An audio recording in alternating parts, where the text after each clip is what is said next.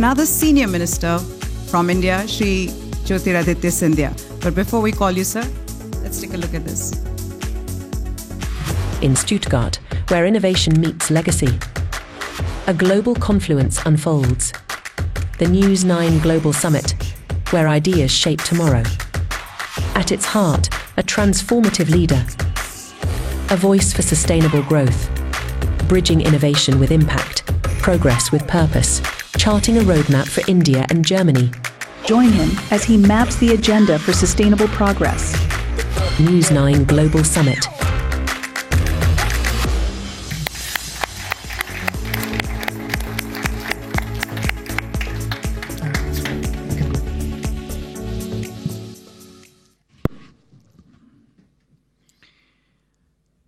Seated in this historic venue,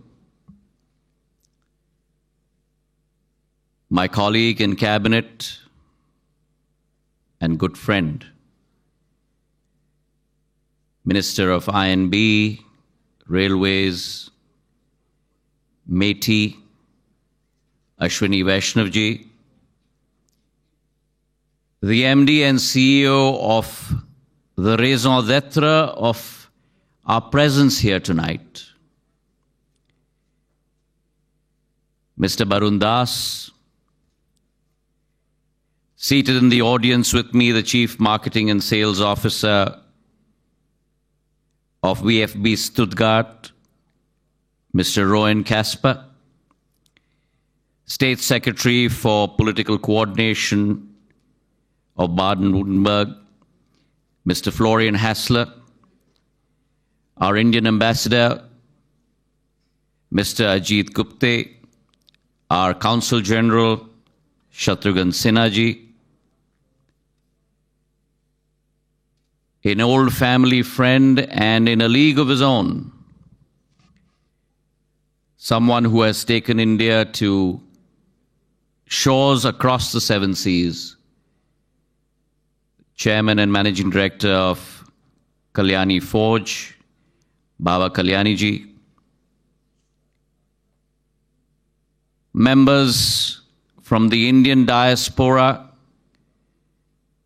my friends in Germany,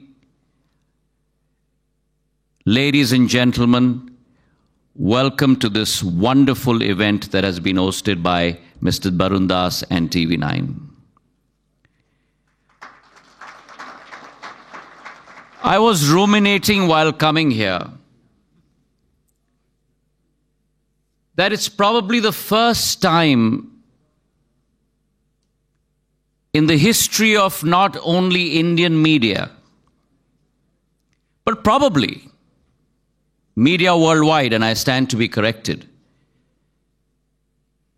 that an event of this magnitude scale is being held at a historical MHP arena, the Temple of Soccer in Stuttgart.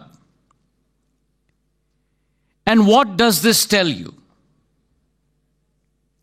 This conveys many stories. The first being a sports person myself, and as Mr. Kasper said in his address,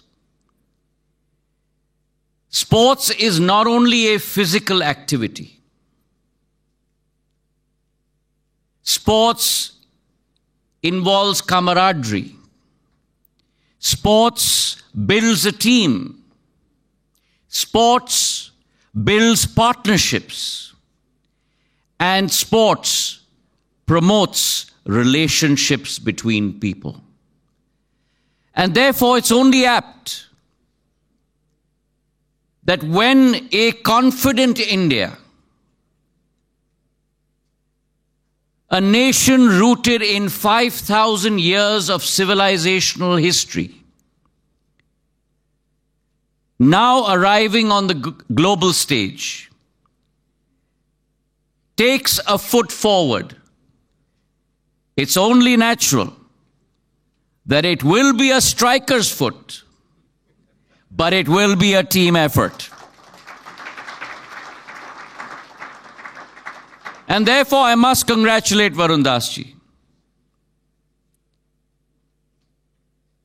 He has, in his own way, with TV9, started an epoch-making trend. I have seen this stadium many a time on television screens. But it's due to him that today the confluence between sports, between people, between cultures, and between civilizations is taking place on this stage in Stuttgart. So let me start by saying Guten Abend, Namaskar. My address today is going to talk about our countries, our histories, our civilizations. My colleague and good friend has talked about India's story. But we are gathered here today under this umbrella as two distinguished countries standing side by side on the global firmament. One, in the heart of Europe, that is an economic powerhouse. And the other, on the southern side of the globe, that today has risen as a beacon of hope, a beacon of reliability, a beacon of trust, and a beacon for the world to look upon in the form of Bharat Mata, my India. One that, as Mr. Hassler talked about, not only your state, sir, but Germany, that has been the cradle of innovation, and the other, the validator of all of those inventions in the form of India. One that is well established as a formidable player, and the other that today has arisen as an emerging player in the new international world order. And therefore, together, Germany and India present that impeccable force of global good. And therefore, I stand before you on this podium, paying tribute to the capabilities, the potential of both Deutschland and Bharat Mata. And isn't it a fascinating truth that two countries that are so far apart, thousands of kilometers, will still share such important complementary strengths? Unique strengths that are brought onto the global stage by both countries. Germany as a paragon of engineering excellence. And we see that all around us in Stuttgart. Whether it is Bosch or Porsche or Mercedes. Engineering excellence and sustainability. And the two in this era of mankind must go hand in hand. India too follows that principle, as my colleague Ashwini ji has pointed out in his address. So on the one hand, a paragon of excellence, a paragon of engineering, a paragon of sustainability, and the other in the form of India, representing youthful prowess. 70% of India's population under the age of 35. We're talking about 1 billion people. More than the full population of Europe and the United States of America combined. Our software capability and the fact that on a technological landscape, we are ascending and changing, metamorphizing every single minute and second of our existence. These complementary strengths, I really believe, nurture a relationship that has been steeped to look at global challenges and present a shared future to the world. And therefore, in the global jigsaw, Germany and India blend seamlessly together. Now, these characteristics, ladies and gentlemen, these attributes and these capabilities are rooted in a sense of mutual understanding and partnership. German philosopher Johann Gottfried Herder once remarked, and I quote, "Mankind's origins can be traced to India, where the human mind got the first shapes of wisdom and virtue," unquote. And this sentiment echoes the history of both our nations' exchanges with each other. Barun Das ji in his address was just talking about Rabindranath Tagore ji. Rabindranath Tagore visited Germany multiple times. And he invited thinkers, philosophers, thought leaders from Germany to Shantiniketan to create that fountainhead, to create that confluence, to create that bridging of minds and hearts, to create that fountainhead of knowledge and diversity. And therefore, the feelings and the sentiments that resonate not only amongst our political class, not only amongst our business class,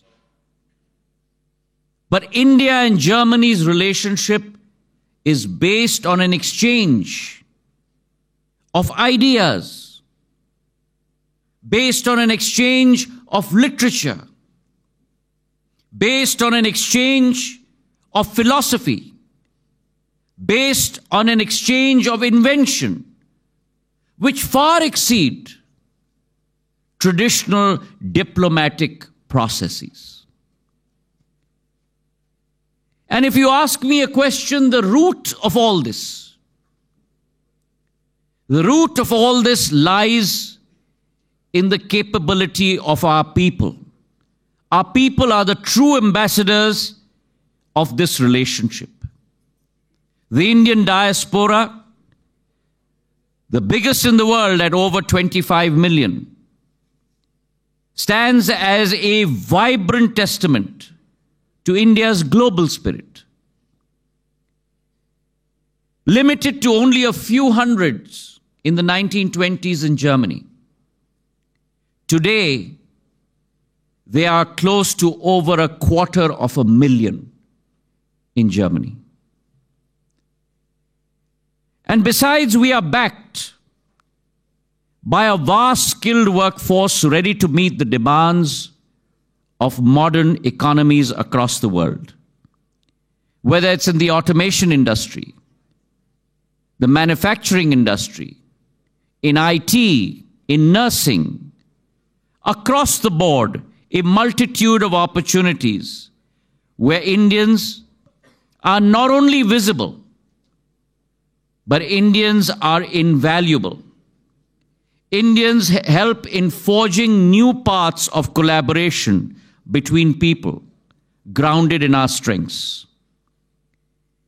And India's dynamism, with its vast engineering commitment, and capability meets Germany's expertise, both in precision, in design, and in quality.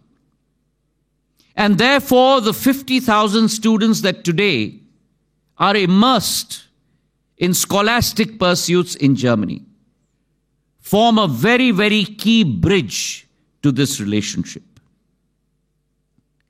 The faith of Germany in the capacity and capability of our Indian talent stands on 4 pillars: democracy, demography, data, and demand, both powered by technology and our infrastructure.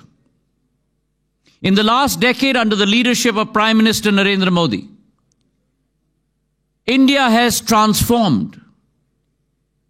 India has covered ground that she was not able to cover in the 6 decades prior to the last decade.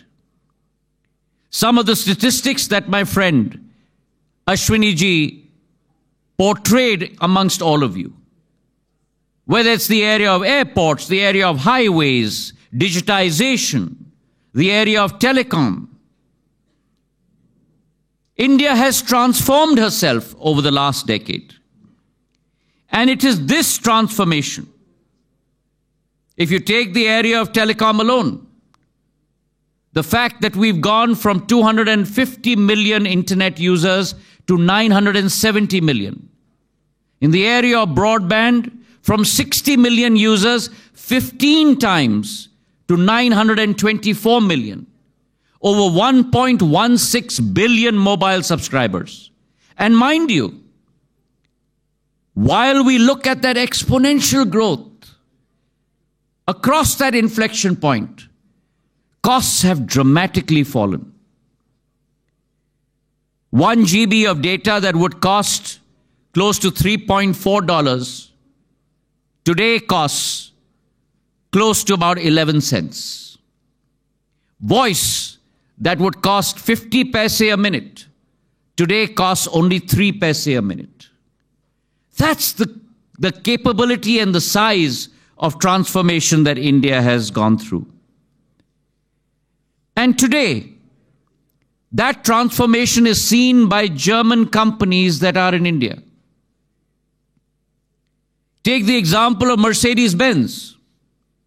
When Mercedes-Benz first entered the Indian market over 35 years ago, they described their strategy in terms of strategic patience.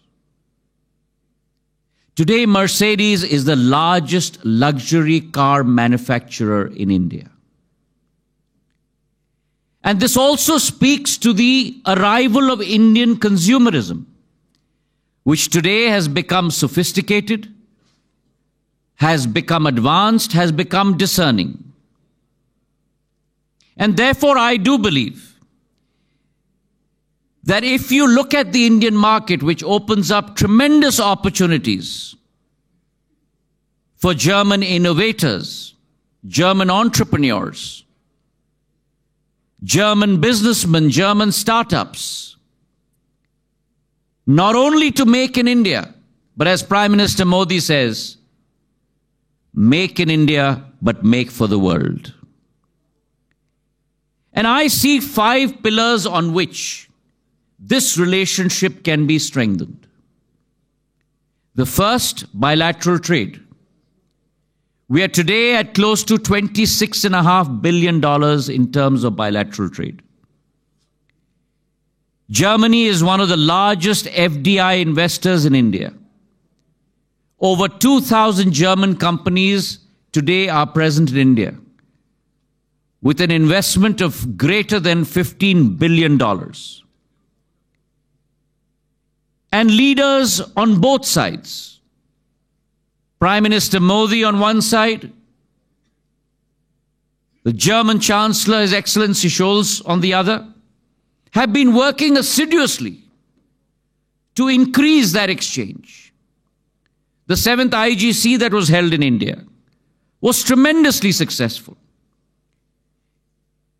And our German Chancellor, His Excellency Scholz himself, started off the German Incubator Accelerator Program in India, by which Indian companies could enter the German market. The second pillar is the collaboration in the defense sector. The Indo-Pacific, no longer the Asia-Pacific, but the Indo-Pacific, security, peace and tranquility is mandatory in that area. And many Indian startups in the defense sector, many Indian companies in the defense area are today venturing forward. And that collaboration between Indian and German defense manufacturers can give a great fillip to international new innovation in the days to come. The third, going back to where I started from, is the cultural exchange between our people. And I believe that students,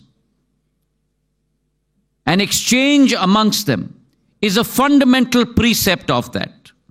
The India-Germany Innovation and Technology Partnership in emerging technologies, whether it's renewable, artificial intelligence, quantum computing, semiconductors, areas where India today is leading across many sectors, will lead to tremendous collaboration in the days to come.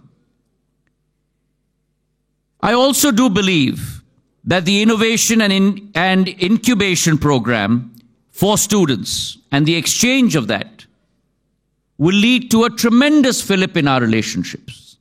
And here we have taken a leaf from the German repertoire, where vocational training, experiential training is very much a part of your essential curriculum. This year in the budget, the Prime Minister has heralded the Prime Minister's internship scheme in India, where 125,000 students in the first year will get to experience internships with the top firms across the length and breadth of our nation. The final pillar is our commitment to sustainability. Sustainability is a key word embedded in our systems today. And I'm glad to inform you that India has stepped ahead on that front. The Green Hydrogen Task Force that has been put together in India will ensure the fulfillment of our common goals towards decarbonization across all industrial and manufacturing processes, and will ensure that the goals of the Paris Agreement become a reality. The Indo-German Green and Sustainable Development Partnership will also ensure that that commitment bears fruition. An investment of close to 3.2 billion euros have been invested in that relationship. So as we conclude 25 years of our strategic relationship, it is imperative for me to describe the Indo-German partnership as a living bridge. A living bridge that unites the world's two most dynamic countries.